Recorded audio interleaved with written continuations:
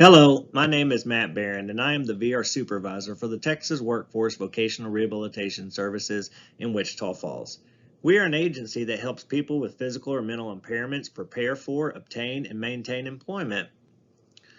Just to give you a little background about myself, I have been with the agency 7 years, and I also am living with a disability. I was injured in a bull riding accident almost 12 years ago that resulted in paralysis. So now I use a wheelchair and am paralyzed from the chest down. But that hasn't stopped me. And today we're going to review self-advocacy, which is an important and a crucial aspect of living with a disability. So what is self-advocacy and why is it important?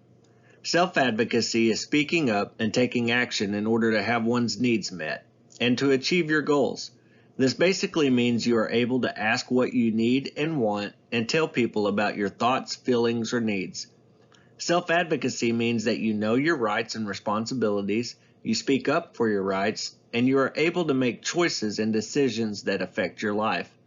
The goal of self-advocacy is for you to decide what you want, then develop and carry out a plan to help you get it. It does not mean you can't get help if you need or want it. It just means that you are making the choices and you have to be responsible for the choices you made.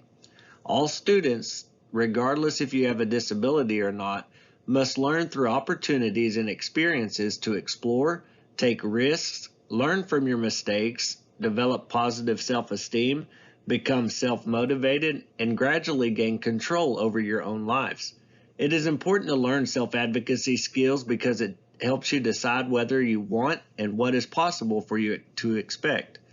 When you have good self-advocacy skills, you can have more control and make the life decisions that are best for you. Self-advocacy helps to empower you, to speak up for yourself, and to make decisions about your life which will help you be more successful. There are many places that you might want to speak up for yourself or ask what you want, such as at home, at work, at school, at the doctor's office, or even on the bus, and many more places. If you're not happy with the way something is done, then it is up to you to help change it. Nobody else knows how you feel or what you think. You need to tell people if you are not happy or you want something to change. Your parents, teachers, or other support may not always be available to help you out, so it's important to develop these self-advocacy skills early on so you are more confident and independent as you transition out of high school and into adulthood. So there are several elements of self-advocacy, but we're just going to review two of the primary elements. That's self-knowledge and self-determination.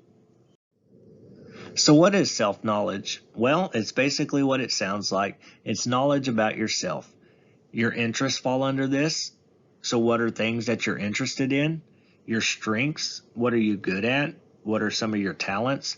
Or your weaknesses? What are some things that you're not so good at? Or what are things that are more challenging for you? You may need accommodations to succeed in an academic environment or at the workplace. Examples of this may include a note taker. You may have to sit at the front of the class, or you may need to have a test provided to you orally. As a result of my own disability, my hands don't work, so I use an accommodation at work myself. I have a computer program that I speak to, and it dictates or writes all of my notes for me. So it's important that you know all of this information about yourself so you can be a better advocate. So what does self-determination look like? Well, it includes establishing goals, making decisions that reflect your personal goals, speaking up about these goals and your needs to achieve them, self-management, developing skills to meet your goals, and then learning about and knowing your rights. Not everyone wants to go to college or is it appropriate for them, but for those of you who are interested, a goal of yours might be to go to a college after you graduate. So what do you think goes into achieving that goal, or what decisions might you need to make to reach that goal? Think about your goals and what it may take for you to get there. There may be times where others need to be involved and you will have to speak up to help achieve these goals. It's also important to have good decision making and problem solving skills, so it's crucial to enhance these throughout your life. Self-determination and self-knowledge are crucial pieces of self-advocacy, so understanding these things about yourself will help you be more successful long term. So what can you as students do to increase your self-knowledge? Well, there are several things that can occur. You can complete career, interest, or aptitude assessments, and I have a few examples on the following slides. So we would typically complete an interest profiler first. This just gives us a better idea of what you're interested in and what direction we need to go to help plan for your future. It's also important to identify a list of possible careers for your future. There are also various assessments or inventories that you can take to help you start planning for various careers. Another excellent tool to search for certain careers and obtain information about this is the Texas Career Check. It's important to do your research about careers you are interested in to understand what it takes to achieve that goal. Some careers require post-secondary education, like a bachelor's degree, while others might just require on-the-job training or a shorter one-year vocational training. You also want to ensure to look at the labor market so that the career you are pursuing is in demand. You would not want to pursue a job where there are not many openings, or it's hard to obtain that type of position in the area where you live. These are all things you would want to take into consideration when planning for your future, and these tools can help guide your decision. So there's also tools like the Texas Reality Check. It's difficult to predict the future, but it's never too early to start planning for it. This tool will show you how much your living expenses will cost and the amount of money you will need to earn to pay for them. All of this information is important for you to start gathering now and planning for your future so you have a good understanding of your strengths and limitations to determine the best career path. Some of you may decide to pursue employment after you graduate high school, while others may look into pursuing college or vocational training. But either way, you have to have a good understanding of how your disability affects academics and employment, and whether or not accommodations will be needed in any setting. If you need additional support and/or guidance, we have trained vocational rehabilitation counselors that can help provide career guidance and enhance some of these skills. We have a vocational rehabilitation counselor who covers every school in the area, and you would need to reach out to apply for services. We offer an array of services to help students prepare for, obtain, and maintain employment as they transition from high school and into their careers. Some of these services include conducting various career and interest evaluations and assessments, vocational adjustment training, part-time paid work experience, counseling on post-secondary opportunities, and self-advocacy. If you feel like some of these services or support would be beneficial for you, please reach out and we'll have a counselor conduct an initial application for you. So if you're thinking about pursuing a college or technical school and want to increase your self-determination skills, it's important that you identify college or technical schools offering courses that are relevant to your career goals. It's important to attend some of these college fairs and interview representatives. It's also important that you tour these colleges and see what they have to offer. It's important to interview staff, including disability services staff, while you're on campus tours. That way you have a better understanding of the services they have to offer and the process of getting these services aligned. It's also a good idea to interview students with disabilities who have already attended colleges or schools of interest. So other areas you could increase your self-determination skills would be by practicing test-taking skills, practicing other skills that might be needed at the college environment, showing up to class on time, being prepared, those types of things, and then just learning about your rights in the college environment. There are various resources out there that your counselor or your teachers can help provide to you to help build on these skills. So let's briefly talk about timelines to start some of these things. In the 9th and 10th grade is when you really want to start contemplating possible careers.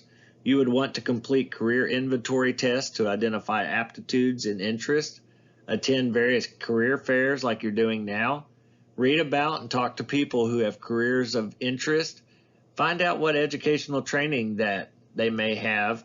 It's also important to consider if and what accommodations would be necessary for your specific disability in those specific careers.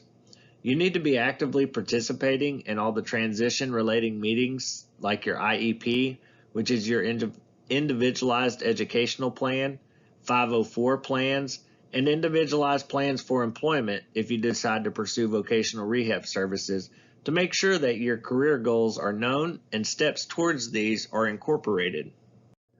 9th and 10th grade are also good times to start considering self-advocacy training to identify and be able to assertively express your interests, your preferences, and your needs. You should also seek out part-time and summer jobs and apprenticeships as possible to get an idea of what particular jobs might entail. Start a tentative list of colleges or technical schools you may be interested in, and also start identifying what accommodations or assistance that may be needed in a college setting. Start prepping and practicing for your SAT and ACT tests if they're required. Request accommodations needed for these tests at least 7 weeks before the exams will be taken, so you have plenty of time to ensure these are in place. For example, start submitting everything the summer of 10th grade and sign up for it in the fall of the 11th grade. So around the 11th grade, it's a good time to start developing a file for college disability services. This is just compiling the necessary information so you have what you need to provide to the disability services.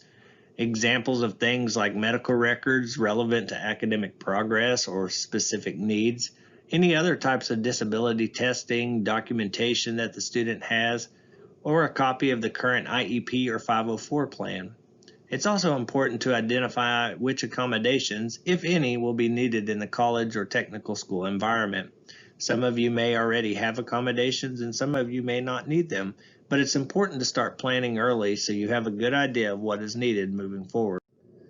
Another thing you need to start doing your junior year is start actively researching schools of interest, finalize your application list, and then start just doing an investigation of disability services for these colleges. You may do some cold calls and check into what they have to offer, and then start scheduling visits at some of these campuses. You might interview staff for disability services so that you have a good understanding of what they have to offer. During your senior year, you will start submitting college applications to schools of interest. You will also submit financial aid applications. It's important to be cognizant of due dates and deadlines so you don't miss any of these crucial dates. And then repeat any standardized exams if needed to raise your scores, as some of these colleges and training programs require you to have a certain score on your SAT or ACT. So just be cognizant of that. So after you've submitted applications, you should hopefully be getting acceptance letters. After that, this is the fun part and you get to select a college. It's important that you weigh academic, financial, and disability considerations very carefully to make the best choice. Some options that you may consider are housing or transportation. It's important to contact campus disability services early in the summer to set up any accommodations. You need to email professors about 2 weeks prior to the start of classes. Visit classrooms prior to the first day of class so you're familiar where they're at and how to locate them. Maintain regular contact with your professors so they're aware of who you are and how the progress you're making. Meet with an academic advisor regularly. And it's just important to seek out assistance for any academic or other problems you may be having along the way.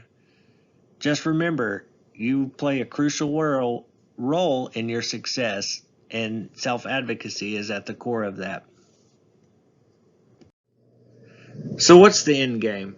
It's been shown that when students are equipped with the necessary skills to self-advocate for themselves, they are able to accurately describe their abilities and needs, along with accommodations and assistance they may need to be successful. They are also more actively involved in setting goals for their learning and career and are more engaged.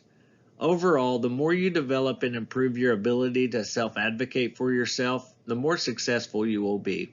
I know it's not always easy to speak up, but put that fear behind you, be courageous, and the more you do it, the more comfortable you become. Trust me, as a person living with a significant disability for the past 12 plus years, I have had to self-advocate numerous times that put me outside my comfort zone. It's not always been easy, but I can honestly say that it has benefited me and allowed me to achieve both my independent living and employment goals. So just keep working on it. Don't be afraid to speak up, as you know what's best for your life. Again, my name is Matt Barron, and I am the supervisor for the local vocational rehabilitation services program. If you have any questions or are interested in services, please reach out to me. We have a counselor that covers every school in the area, and I would be glad to point you in the right direction. The following slides will have contact information about the Texas Workforce Commission and about funding. Thank you all for participating, and best of luck on your future endeavors.